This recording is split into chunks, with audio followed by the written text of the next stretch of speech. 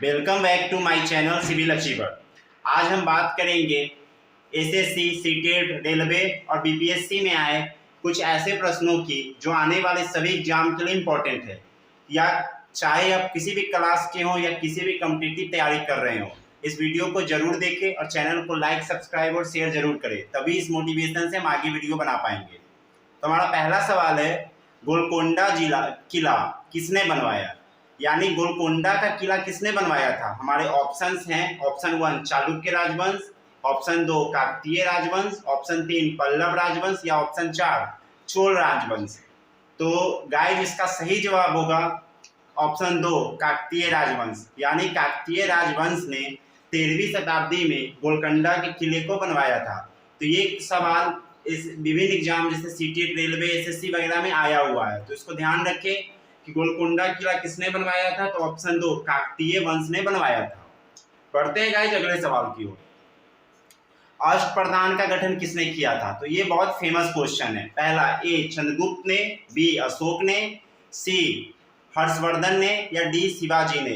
तो आप लोग को अच्छे से पता होगा कि अष्टप्रधान शिवाजी के समय की व्यवस्था थी, यानी जो मराठा छत्रपति थे शिवाजी, उन्होंने अष्टप्रधान का गठन किया था। यानी इसका राइट आंसर होगा ऑप्शन डी। जबकि अगर बात करें नवरत्नों की तो वो चंद्रगुप्त के दरबार में थे।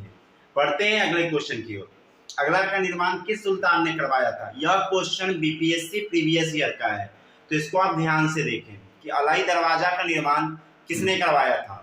Option A Iltutmish, option B Balban, option C Alauddin Khilji या ऑप्शन डी फिरोज तुगलक। तो अलाई दरवाजा की बात करें तो इसे अलाउद्दीन खिलजी ने ही स्टार्ट करवाया था।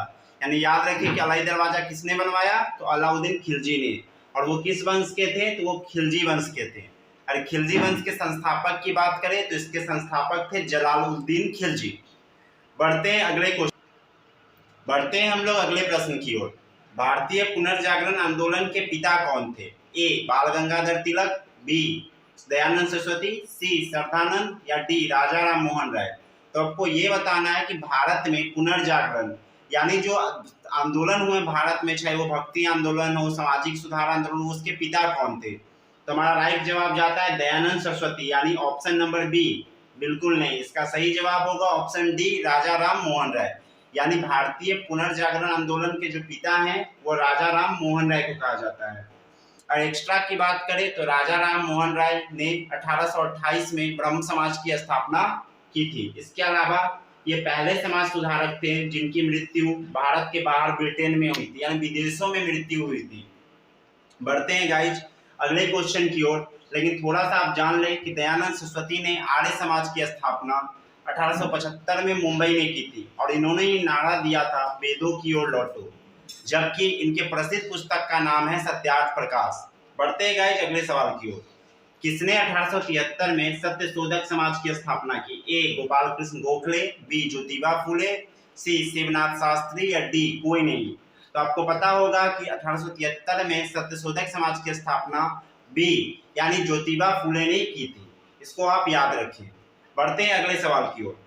दीर्घ रेडियो तरंगे पृथ्वी के किस सतह से परावर्तित होती है? ऑप्शन ए आयन मंडल, ऑप्शन बी क्षोभ मंडल, ऑप्शन सी समतल मंडल या ऑप्शन डी ये सभी। तो अगर रेडियो तरंगों की बात करें तो ये ऑप्शन ए आयन मंडल से परावर्तित होती है। वहीं क्षोभ मंडल की बात करें तो मौसम से जुड़ी सभी घटनाएं क्षोभ मंडल में ही होती है, जैसे आंधी, तूफान, वर्षा, ये सब। जबकि समताप मंडल की बात करें तो ये दो चीजों के लिए प्रसिद्ध है। यहाँ पृथ्वी का सुरक्षा कवच ओजोन पाया जाता है जो पैरावैग्निक किरणों से पृथ्वी की रक्षा करता है। इसके अलावा इस परत में हवाई जहाज भी उड़ते हैं क्योंकि यहाँ का वायुमंडल साफ है। बढ़ते हैं अगले क्वेश्चन की ओर। भारत में पंचायती राज दिवस कब मनाया जाता है? ऑप्शन ए 28 जनवरी, ऑप्शन बी 11 फरवरी, ऑप्शन सी 22 मार्च या ऑप्शन डी 24 अप्रैल।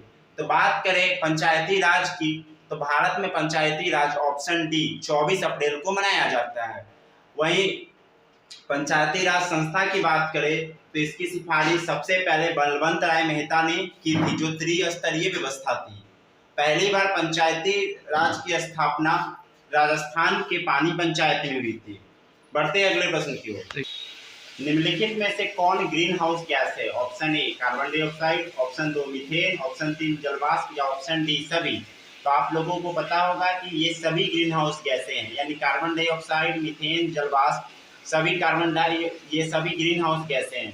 कार्बन डाइऑक्साइड का योगदान सबसे ज़्यादा है, इसी के कारण ग्लोबल वार्मिंग को बढ़ावा मिल रहा है और प्रदूषण भी बढ़ रहा है। वहीं मीथेन की बात करें तो ये धान के खेतों, दलदली भूमि इत्यादि से प्राप्त होता है। एक विलय का विघटन दर किस पर निर्भर होता है? तो ऑप्शन 1 तापमान पे, ऑप्शन 2 सतह क्षेत्र पे, ऑप्शन 3 भार पे या ऑप्शन डी दाब पर। तो अगर विलय के विघटन दर की बात करें तो यह ऑप्शन 2 सतह क्षेत्र यानी सरफेस पर निर्भर करता है, इस बात को याद रखें। एक ऐसी वस्तु जिससे कोई प्रकाश किरण नहीं गुजर सकता क्या कहलाता है? 1 पारभासी, 2 पारदर्शी, 3 उत्तल या चौथा पारदर्शी। तो आप ये तो बहुत आसान को सवाल है, आप लोग को पता होगा कि इस क्वेश्चन का आंसर क्या होगा। तो जिससे प्रकाश नहीं गुजरता है उसे हम बोलते हैं अपारदर्शी, जैसे दीवार। ऑप्शन नंबर 4 हो जाएगा।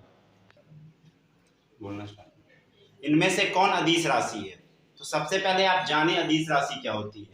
अदिश राशि से हमारा मतलब है वैसी राशि जिसमें दिशा ही नहीं होता है, केवल परिमाण होता है, तो ऐसी राशि को हम अदिश राशि कहते हैं। तो यहाँ ऑप्शन है गुरुत्वाकर्षण, 2 संवेग, 3 में भार और 4 में द्रव्यमान। कौन सी राशि अदिश है? तो गाइस ऐसा लग रहा है कि इसका राइट आंसर होना चाहिए द्रव्यमान, यानी जो द्रव्यमान है वो अदिश राशि है। ठीक है, इस बात को आप ध्यान रखें। लेकिन लग रहा है कि क्वेश्चन ये मिस्टेकली लिखा गया है, यानी इसमें सदिश पूछा जा रहा है कि इसमें से सदिश राशि कौन है। तो मेरे अनुसार इसका राइट आंसर होगा संवेग, यानी संवेग जो है इसकी सदिश राशि। अगर आपको कोई डाउट लगे तो कमेंट बॉक्स में इसका रिप्लाई दे। अगला सवाल है 15 ग्राम प्रति मिलीलीटर घनत्व और 3 ml आयतन वाले किसी वस्तु का द्रव्यमान क्या होगा? तो हम जानते हैं कि घनत्व बराबर क्या होता है। तो घनत्व बराबर होता है, घनत्व बराबर फॉर्मूला क्या होता है? ठीक है, तो घनत्व बराबर फॉर्मूला होता है द्रव्यमान बटे आयतन। तो चूंकि हम लोगों को यहाँ क्या पूछा जा रहा है, द्रव्यमान पूछा जा रहा है, तो हम घनत्व और आयतन को गुना कर देंगे।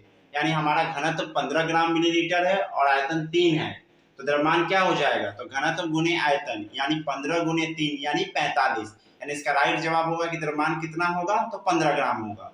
वीडियो अच्छी लगे तो चैनल को लाइक, सब्सक्राइब और शेयर